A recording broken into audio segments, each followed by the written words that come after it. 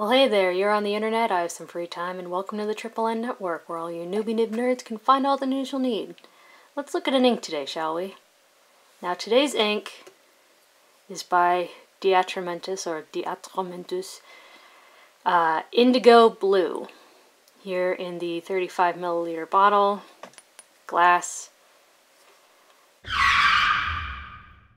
And all the tests were done in this Knox Plato with a medium nib. In fact, I think it's still in there.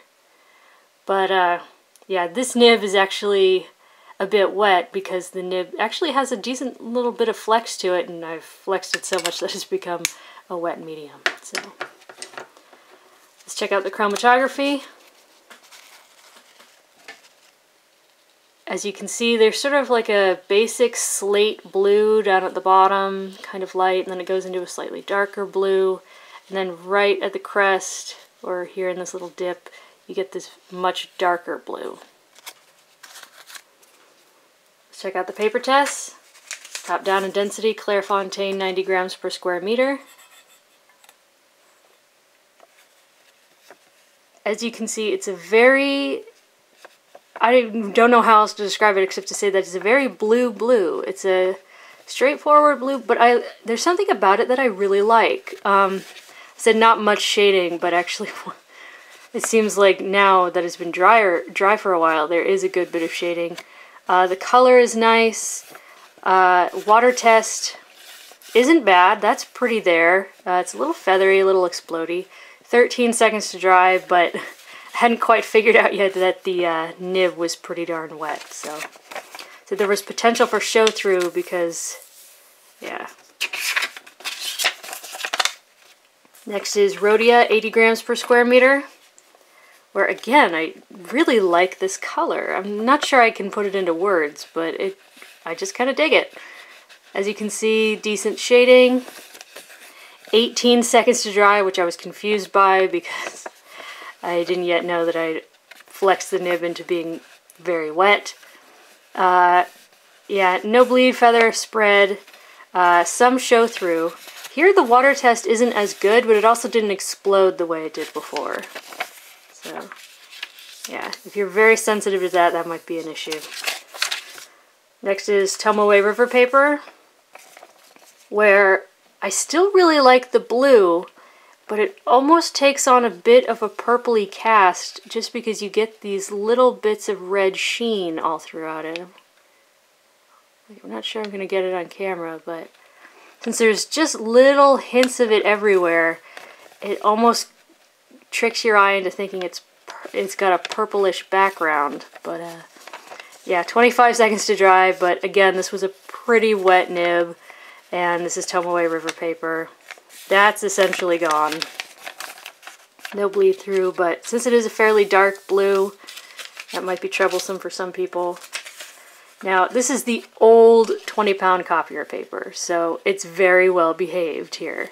And you still get some of that red sheen in touches and places, outlining and in dots.